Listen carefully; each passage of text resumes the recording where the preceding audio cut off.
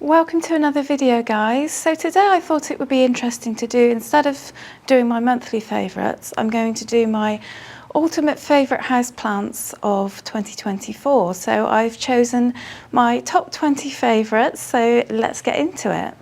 So first off we have my Syngonium white butterfly, and I've had this plant for quite some time and it's grown a great deal since I've had it. This is actually one of my all-time favourites, and there's nothing more satisfying than having a plant over a number of years and watching it grow. I did actually give this one a poll, as you can see, and also I've propagated this one a fair amount, I would say. So I've popped a load of propagations back into the pot there, which is why it's so full. And yeah, I've just been doing that for a number of years really, and yeah, it just grows so nicely, and it's such a hardy plant too. It's been through many pests, spider mites and thrips, and you wouldn't hardly know. I mean, it really is testament to a healthy plant. If your plant is healthy, I think it comes through the pest infestations much easier, and I'm sure it will get another one because plants do, but I'm not really worried anymore. I just really love how easy this plant is to care for. And yeah, it was the first Syngonium that I ever got many years ago from Dobby's, and yeah, it was just quite a small plant when I bought it, and yeah, it kind of got me into Syngoniums in a way. I didn't really know what a Syngonium was until I got this plant, and after getting it, I kind of did some research and realised, wow, there are so many amazing Syngoniums out there. I need them all. So next is my Aglaonema White Joy, and Aglaonemas in general really are a joy to have, but this one just really caught my eye when I saw it, and yeah, I just love how this one just stays looking beautiful and pristine even though it has a lot of white in it. It's a really beautiful plant. The leaves are kind of almost translucent, and yeah, they're just really pretty, and Aglaonemas in general are just really easy to keep, and I know a lot of you guys have Aglaonemas, and yeah, they're just forever interesting. All the different varieties you can get are really different from one another, and unlike some other plants like Calatheas, they are beautiful yet easy, which for me is just brilliant. I don't really do much to this one apart from water it when it's almost dry and give it plenty of light. And yeah, it's not growing a huge amount at the moment in the colder months, but it grew a fair amount during the growing season, and yeah, it's just always remained one of my favourites since I bought it, this one. I really do love it. It's got really beautiful foliage. Next up is a plant that I wanted for so long, and finally I managed to get one this year, towards the end of the year really. And yeah, this one is nice and healthy, and at the moment it's quite compact, but I'm really looking forward to it starting to vine, and I'm not sure yet what I'm going to do. I think I will probably get it climbing up something, but that will come in spring. I plan on repotting it in spring with some new potting mix, and I can give it something to climb then as well. But yeah, I'm just thrilled to have this plant in my collection, and as I mentioned, I did try to get this plant once before, earlier in the year, and it failed, and the plant had root rot, unfortunately. But this one is doing really well, and yeah, I'm just beyond happy to have it in my collection. And come growing season in 2025, I get to watch this one growing up and starting to vine, and yeah, I'm just really looking forward to that. This is definitely at the very top of my favourite list. Next up is a plant I didn't really know I wanted until I saw pictures of it online, and this is another one that I recently bought as well, one of my most recent plants. And I just love this plant. It's got really glossy, thick leaves, and with that beautiful kind of light green veination, and then you've got the orange stems as well. And I just love the form of this plant. Everything about it is just amazing, and it is actually putting out this new leaf at the moment too. And yeah, I'm just really looking forward to seeing this one grow and flourish. And I'm wondering, is it a fast grower? If anyone else has it out there, Do let me know when we get to the growing season. I'm really curious as to whether it will be one of those fast growers. I'm kind of hoping it will, and I'm not sure whether I need to give it something to climb or not. I will probably wait and see what the growing pattern is like, but I've seen some people just growing it as it is, and I've seen some people growing it up as support. So I think I'll just wait and see what this plant does. But yeah, this is definitely very top of my favourite list, even though these favourites aren't really in an order. So next up is my Philodendron Silver Sword, and I can still remember when I bought this how thrilled I was to have bought it, and it's grown a lot in the time that I've had it. And yeah, even now it still remains one of my favourites, even though I think I've had it for probably almost a year now. But I just adore the colour of this one, and I love the shape of the leaves as it matures. It kind of takes on this kind of sword shape, hence why it gets its name. And I just love how it's got that kind of silvery blue tone to it. And yeah, I did give this one a huge pole extension this growing season just gone. And part of my plan for this one into the growing season next year, I'm going to actually buy maybe 2 or 3 extra plants to just plant in the soil there to fill the plant out more so that it's a bit more full. So yeah, stay tuned if you'd like to see that, because I'll definitely be giving this plant a bit of a makeover, and yeah, just making sure it looks really nice and full. And I think this might actually remain one of my favourite plants of all time. Yeah, and it survived pests really well this season too, which is great. So next up is my String of Hearts, and I kind of put off buying this one for the longest time, thinking that it must be a difficult plant, but actually it's turned out to be one of my easiest plants. All I really do is make sure that I let the soil dry out before I water it, and make sure it has light.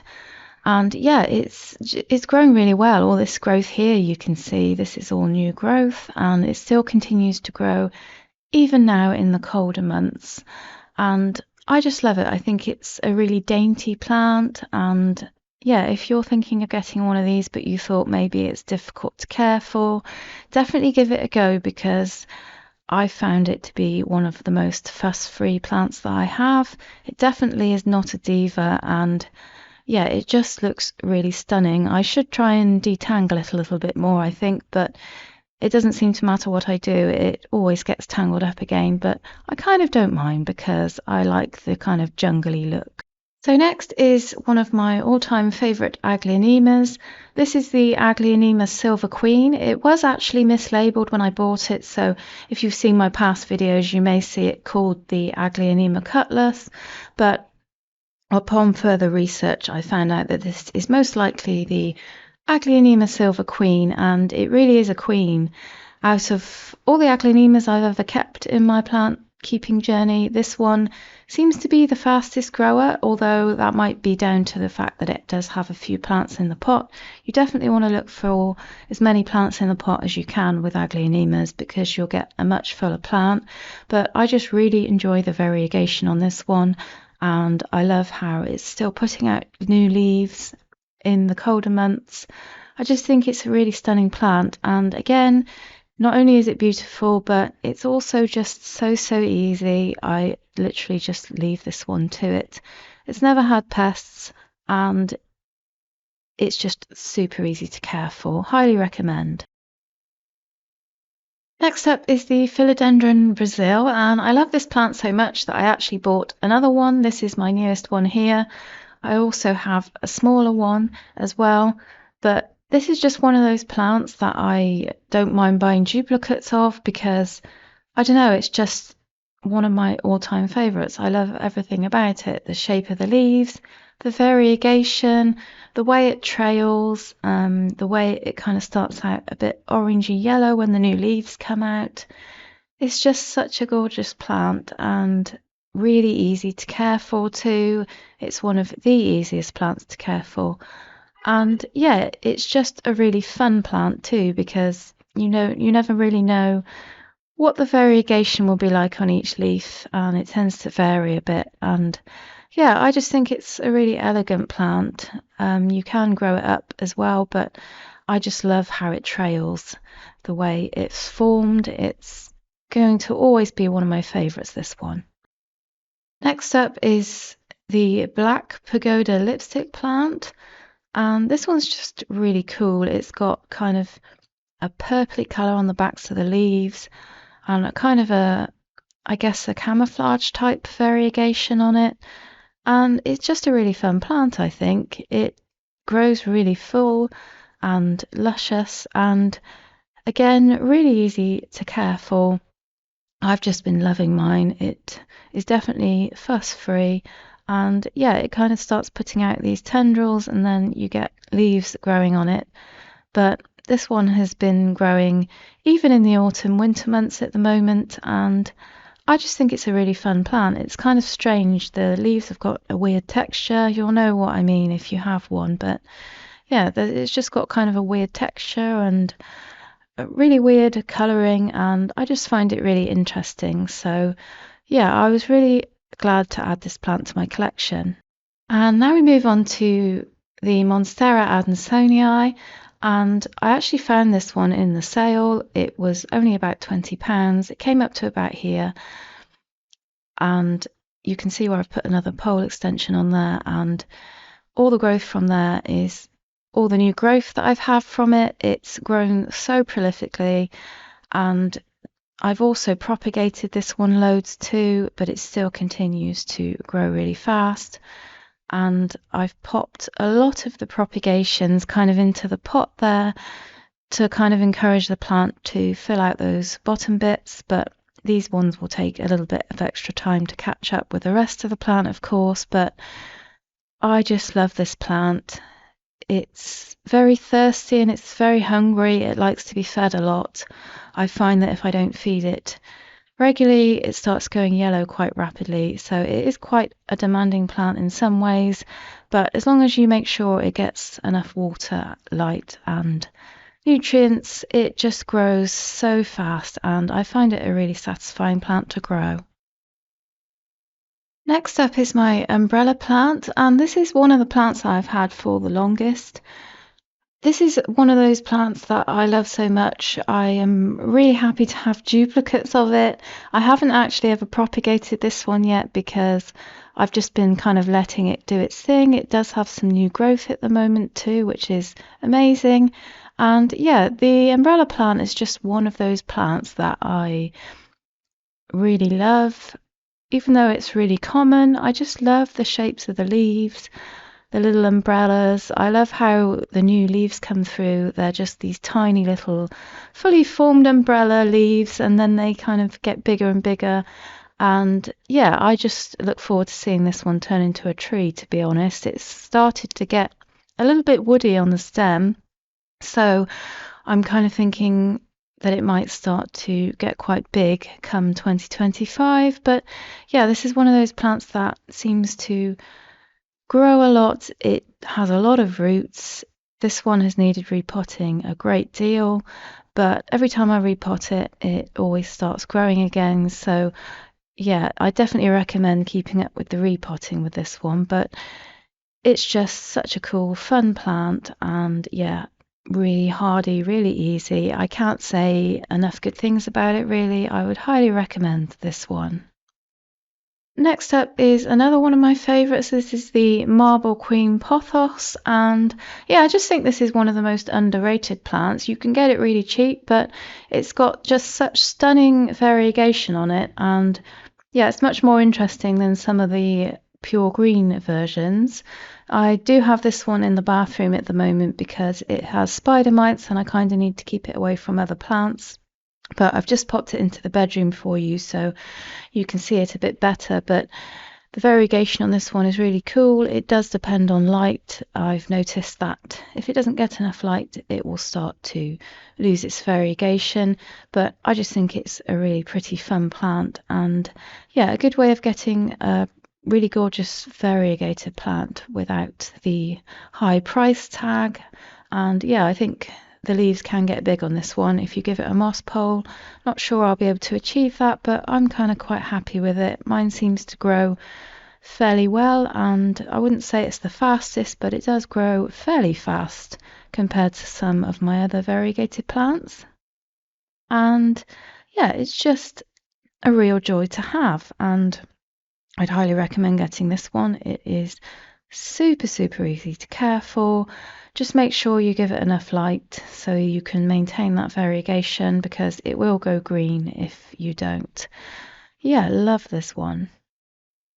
Next up, this is my Syngonium mojito, or Syngonium mottled, and yeah, this was on my wish list for quite some time, and I managed to find a fairly large plant. I've since had to extend the pole. This one does actually grow quite fast for me, but only really in the growing season. It has kind of slowed down a bit now during the colder months, but it's got that new pole there ready to accommodate new growth as we go into 2025. And I just love this one. It's got such a bizarre shape to it. You know, Syngoniums do tend to start changing shape as they get mature. This one isn't that mature yet, but as they mature, they do start to lose the arrow shape. And yeah, I'm just really enjoying watching this one do its thing. And I have potted quite a few propagations into the pot as well to try and fill out the bottom of it and keep it full over time. But it's just really pretty, this one, and unfortunately it does currently have spider mites, so there is a little bit of damage here and there, but these things happen, and I've got faith that this plant will come through it because it seems nice and strong and healthy. And yeah, I just absolutely adore this plant. I would highly recommend it. It's very easy to care for and very pretty. Next is my Cebu Blue Epipremnum, and yeah, this one sadly had a bit of a mishap. Recently, I accidentally broke off some of the vines whilst giving it a pole extension, so it's not looking quite as good as it did before, but I'm hoping that it will come through. It does also have spider mites too, so it's kind of being treated for those. They keep on coming back, but I keep on spraying it off, and hopefully eventually they will go. But this is still one of my favourite plants, even though I've accidentally chopped half of it off. It is a real shame, but it's still a really gorgeous plant, and yeah, I think it will continue growing really nicely once we get into spring, summer, and hopefully I will see it kind of recover some of that growth that I lost from it. But yeah, you can see that it fenestrates as it grows, which is really gorgeous. A lot of the fenestrated leaves fell off, unfortunately, but yeah, hopefully it will grow back. Next is my Thomatophyllum, and this is a recent purchase as well. I didn't actually know I wanted this one again until I saw it on the website, but as soon as I saw it, I knew I had to get it. I think if you want to search for it, it's also known as the tree philodendron. That's kind of easier to remember than Thomatophyllum. But yeah, it is officially called a Thomatophyllum now. So yeah, I just really love the leaves on this one. They've got some really cool shapes with all those different kind of lobes to them. This one did actually have a bit of trouble. It was in a very dense soil when it arrived, and I hadn't watered it at all in about 3 to 4 weeks, and the soil was still wet, and I started to notice browning of the leaves, so this kind of told me that it was probably a root rot problem. So I did recently repot this, and it did have the very beginnings of root rot, but it was literally just the very ends of the roots. So I'm hoping and praying that what I've done will save the plant. So yeah, I did let the roots dry out a bit, and then I repotted in a well-draining potting mix. So I'm keeping my fingers crossed this one survives, because I absolutely love it. I think it's beautiful. Next up is another recent purchase, and this is the Philodendron Painted Lady, and you'll notice this is a baby one. So I did order this one online, and it is suffering a little bit from losing a number of leaves. But as I always say, the baby plants, they do have a harder time making it, especially through autumn, winter. So I'm not really surprised that it's losing a few leaves. I'm doing what I can for it and hoping that it survives, and then it will start to grow in the growing season in 2025. But if it doesn't survive, it wasn't expensive and I can always find another one. But I'm doing the best I can for it, and I really love this one. If you get a minute, definitely look up what it looks like mature, because it looks very impressive. It has kind of red stems and this gorgeous kind of painted variegation. But yeah, hopefully this little baby will survive, but we'll see what happens. If not, I will definitely look at getting a bigger plant next year. Next up is another philodendron. I'm a bit of a philodendron fiend, as you can probably tell by now. This is the philodendron Prince of Orange, and I still remember how excited I was when I found this one in Dobby's Garden Centre. In fact, I think my husband might have found it because he knew that I was after one. But I just love this one. I love how the new leaves come through orange, and you kind of still get the orange veination as well, even when they've gone green for a while. And yeah, just the way it kind of fades out to green, and it just looks really gorgeous. And I'm definitely still as much in love with this one as I was when I first bought it. And it's one of those plants that has remained one of my top favourites. And yeah, it does grow fairly well. It's taking a bit of a break at the moment for the colder months, but it will start again properly next year. Next, we have the Syngonium Neon Robusta, and this has a kind of a pink tone to it. This one has been through spider mites quite a lot, but at the moment they seem to have gone away and the plant seems to have come through it. I do actually have a few plants in this pot. There are two smaller ones and one slightly bigger one, because I went on a bit of a pink Syngonium kick this year, and every time I saw one I just would buy it. So there are a few plants in this pot, and it's definitely a slower growing Syngonium for me, at least.